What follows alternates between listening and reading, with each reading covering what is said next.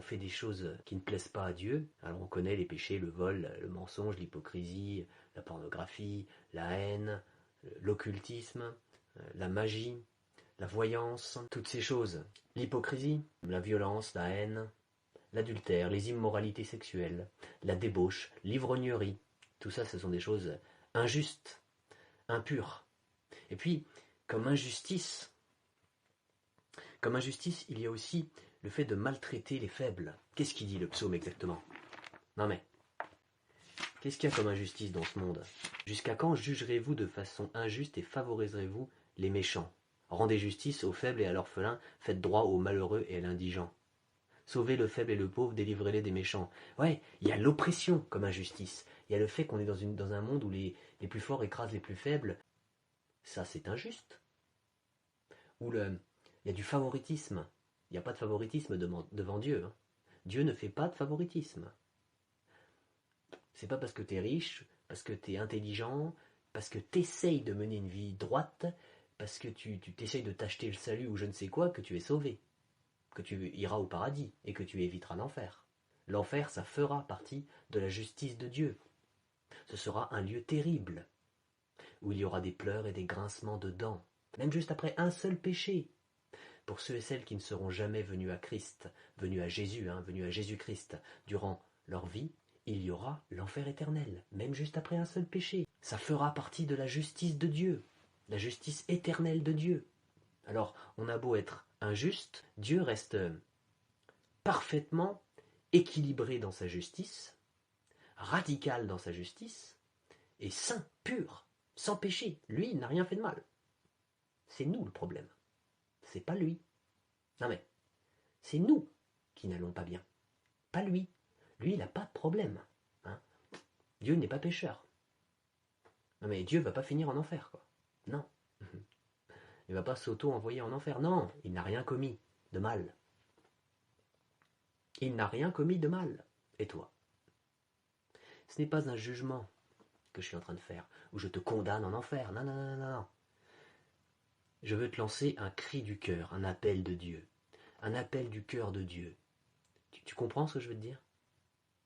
C'est qu'il y a une solution vis-à-vis de l'injustice, vis-à-vis du péché, vis-à-vis de la situation dans laquelle on est, dans laquelle tu es, dans laquelle je suis aussi.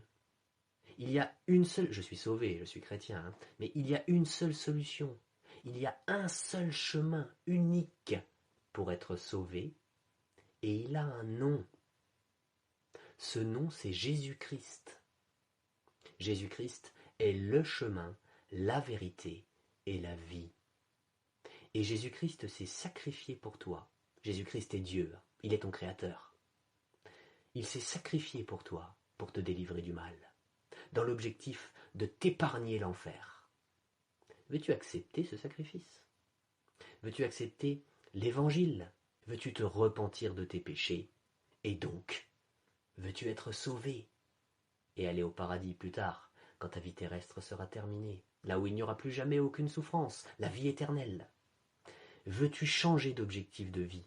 Veux-tu passer de l'injustice, de ce monde, du péché, du diable, de ta propre chair, veux-tu passer de ce monde-là à la justice de Dieu, la justice de Jésus, parfaite? C'est-à-dire avoir une vie qui plaît à Dieu, une vie où le sang de Jésus a lavé tes péchés, une vie juste qui se vivra par la foi. Veux-tu de cette vie-là? Ou veux-tu de ce que te propose ce monde, une vie injuste, où on écrase les uns les autres, quoi. Enfin, non mais tu veux quoi, en fait? Tu veux vivre pour la gloire de Dieu, c'est ça le sens de la vie. Tu veux vivre pour la gloire de Dieu, dans la justice, dans la sainteté, dans la joie, dans l'amour, dans la bonté. Veux-tu vivre pour la gloire de Dieu dès maintenant, chaque jour qui passe, dans cette vie humaine, et que ça se prolonge dans l'éternité au paradis, là où il n'y aura plus jamais aucune souffrance, une vie centrée sur Dieu? Veux-tu de cela ou veux-tu de l'injustice? Continuez comme ça. Fais ton choix. La Bible dit « Car Dieu a tant aimé le monde ». qu'il a donné son Fils unique, afin que quiconque croit en lui ne périsse pas, mais qu'il ait la vie éternelle. Si tu veux venir à Christ, si tu veux venir à Jésus, accepter la justice de Jésus, refuser l'injustice, accepter qu'il a tout payé pour toi, tout ton enfer éternel, toute la justice de Dieu, accepter qu'il est mort pour tes péchés, si tu veux accepter tout ça, accepter sa résurrection, demander pardon à Dieu et vivre pour lui, alors je t'invite à mettre ton prénom en commentaire à cette vidéo. Écris-le. Voici les deux choses que tu dois faire. La foi et la repentance. Premièrement, la foi. Il faut que tu crois que Jésus-Christ est Dieu, est EST. Il faut que tu crois aussi que Jésus-Christ est le seul Fils de Dieu. Il est les deux, à la fois Dieu et le seul Fils de Dieu. Et il faut que tu le crois. Il faut que tu crois que Jésus-Christ est venu sur terre en tant que 100% homme et 100% Dieu pour payer pour tous tes péchés. Il faut que tu crois que Jésus-Christ a souffert pour tous tes péchés. Il faut que tu crois que Jésus-Christ est mort pour tous tes péchés sur la croix. Il faut que tu crois que Jésus-Christ a été mis au tombeau, c'est-à-dire qu'il a été enseveli une fois qu'il était mort, évidemment. Il faut que tu crois que Jésus-Christ a payé toute la justice de Dieu pour tous tes péchés, à ta place.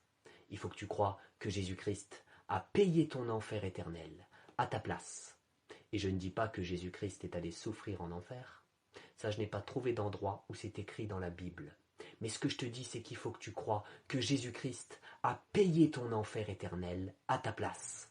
C'est-à-dire qu'il a réussi à payer ta punition illimitée en un temps limité. Voilà ce qu'il faut que tu crois. Et il faut que tu crois que Dieu a ressuscité Jésus-Christ au 3e jour. Et que Jésus-Christ est vivant pour toujours. Que Jésus-Christ est victorieux sur la mort, sur le monde, sur le diable, sur le péché. Que c'est bien Dieu qui a ressuscité Jésus-Christ au 3e jour et que Jésus-Christ est vivant pour toujours. Voilà pour la foi. Et si tu as accepté de croire tout ce que je viens d'expliquer là, alors la deuxième chose qu'il faut que tu fasses, c'est la repentance. Il faut que tu pratiques une vraie repentance devant Dieu. C'est-à-dire qu'il faut que tu parles à Dieu en le priant. Et il faut que tu lui dises combien tu regrettes de lui avoir fait du mal par tes péchés, par tes fautes. Il faut que tu t'engages devant Dieu à ne plus recommencer à pratiquer le péché sous n'importe laquelle de ses formes. Et il faut que tu cites tes fautes, tes péchés à Dieu, et il faut que tu lui demandes pardon. Alors arrête cette vidéo maintenant et pratique cette repentance.